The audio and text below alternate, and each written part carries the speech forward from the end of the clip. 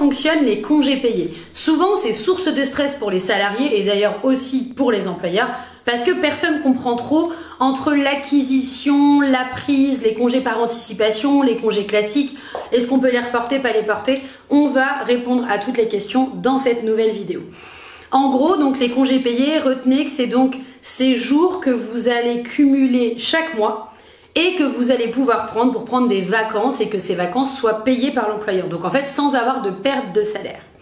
Je vais vous expliquer tout de suite quand est-ce qu'on acquiert les congés payés. Ça serait beaucoup plus simple pour tout le monde qu'on fonctionne du 1er janvier au 31 décembre. Malheureusement, le code du travail est parti de l'autre côté. Initialement, les congés payés, vous le savez, l'idée c'était vraiment de permettre aux salariés d'avoir du temps pour les loisirs et notamment l'été. Et c'est pour ça qu'une grosse partie du raisonnement des congés payés tourne en fait autour de l'été. Je vous explique tout ça. Vous venez d'être embauché dans une entreprise et vous vous apercevez que tous les mois, on vient vous mettre en bas de votre fiche de paye des jours que vous êtes en train d'acquérir. Comment ça fonctionne?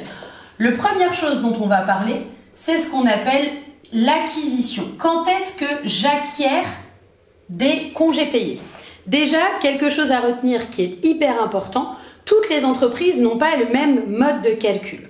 Soit l'entreprise, elle fonctionne en jours ouvrés, soit elle fonctionne en jours ouvrables. En fait, ouvré, vous vous dites que ça correspond à 5 jours par semaine, d'accord? Et ouvrable, ici, ça correspond à 6 jours par semaine. C'est-à-dire que si vous prenez une semaine de vacances dans une entreprise qui décompte en jours ouvrés, on vient vous enlever 5 jours, et dans l'ouvrable 6 jours. Alors là, vous pouvez me dire, bah oui, mais c'est pas logique, certains c'est 5, certains c'est 6. En fait, vous allez voir, ça revient exactement au même. Pourquoi? Parce qu'en fait, in fine, on vient calculer ça en une semaine. Vous me suivez toujours? Super. Donc, ce qui va se passer, on va prendre une première période. On va dire qu'on commence le 1er juin 2022, ok? Au 1er juin 2022, vous allez voir sur votre fiche de paye apparaître les congés payés pour l'année. Ça, c'est le début de la période qu'on appelle donc la période d'acquisition des congés payés. Tous les mois, vous allez acquérir 2 jours et demi de congés, tous les mois, jusqu'au 31 mai de l'année d'après. Donc là, vu qu'on avait pris 22, on va prendre 23. Ok? Donc, cette période, entre juin et mai de l'année d'après, c'est donc la période d'acquisition. C'est la période pendant laquelle on vient acquérir des congés. Tous les mois, on a 2,5 jours qui sont rajoutés dans notre compteur. Ok? Et 2,5 qu'on multiplie par 12 mois, ça fait qu'à la fin, j'ai 30 jours. Ok? 30 jours, et à chaque fois que je prends une semaine, on vient me déduire 6 jours. Il est possible que votre entreprise compte en jours ouvrés.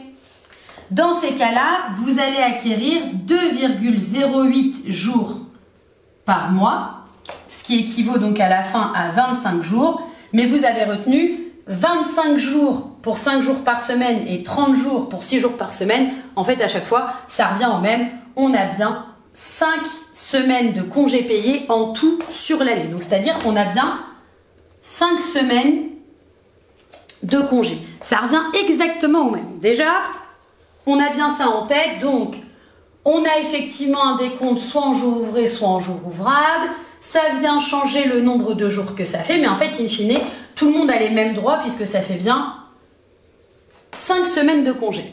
Est-ce que c'est bon pour tout le monde là-dessus? C'est bon? C'est clair. Super. Donc là, je les ai acquis. La question, c'est en fait à partir de quand je peux les prendre. La loi a été modifiée il y a quelques temps. En fait, vous avez le droit de demander des congés payés dès que vous arrivez dans l'entreprise. Ok? Toutefois, il faut attendre l'ouverture de la période qu'on appelle la période de prise des congés payés. Donc la période à partir de laquelle on peut commencer à les prendre. Et cette période-là, pour le coup, elle va commencer le 1er mai pour finir le 30 avril. Donc, si on part par exemple ici, eh bien les congés que j'ai acquis entre le 1er juin 2022 et le 31 mai 2023, je peux les prendre à compter du 1er mai 2023. Attention, vous l'avez compris, vous pouvez demander à les prendre avant, mais ça sera ce qu'on appelle des congés par anticipation, et donc ça viendra quand même croquer là-dessus. Congés par anticipation, la seule différence, c'est que l'employeur, il peut vous les refuser. Donc 1er mai 2023 au 30 avril 2024, ok? Ça, c'est donc ce qu'on appelle la période de prise des congés payés. Ici, en fait, on arrête le compteur une première fois au 31 octobre. Donc ici, dans mon exemple, 31 octobre 2023. Sur cette période-là, qu'on appelle la période d'été, le salarié doit prendre entre 2 et 4 semaines. C'est obligatoire, il doit pouvoir se reposer au minimum 2, au maximum 4. Et en fait, le reste des congés sera pris donc sur cette période-là. Ok? Si vous prenez une semaine, bah vous retenez soit ça décompte 5 jours, soit ça décompte 6 jours. Donc entre 2 et 4 semaines, entre le 1er mai et le 31 octobre. Est-ce que pour l'instant sur cette partie c'est plutôt clair? Je vous laisse prendre connaissance de tout ça. L'idée donc maintenant, ça va être de comprendre qu'en fait, ma période, je vais prendre une autre couleur, ma période d'acquisition, elle a commencé au 1er juin 2022. Et si on compte avec la période de prise, 30 avril 2024. Là où c'est quand même un principe assez dingue, c'est qu'il faut quand même que vous sachiez qu'il y a un principe dans le Code du travail qui dit congé payé non pris, congé payé non dû. C'est-à-dire que si le 30 avril 2024, vous n'avez pas pris tous vos congés payés, l'employeur il n'est pas obligé de les reporter sur l'année d'après. Il peut très bien les supprimer, ils disparaissent, il n'est pas obligé de les payer, ils disparaissent. Ça veut dire que vous n'en aviez pas besoin et je les supprime. Et en plus, l'employeur doit s'assurer que vous avez pu prendre des congés payés pendant l'été parce qu'il a une obligation de santé et de sécurité, il doit s'assurer en fait que ses collaborateurs puissent se reposer. Donc en fait, on a bien un décompte qui vient se faire en 2 parties.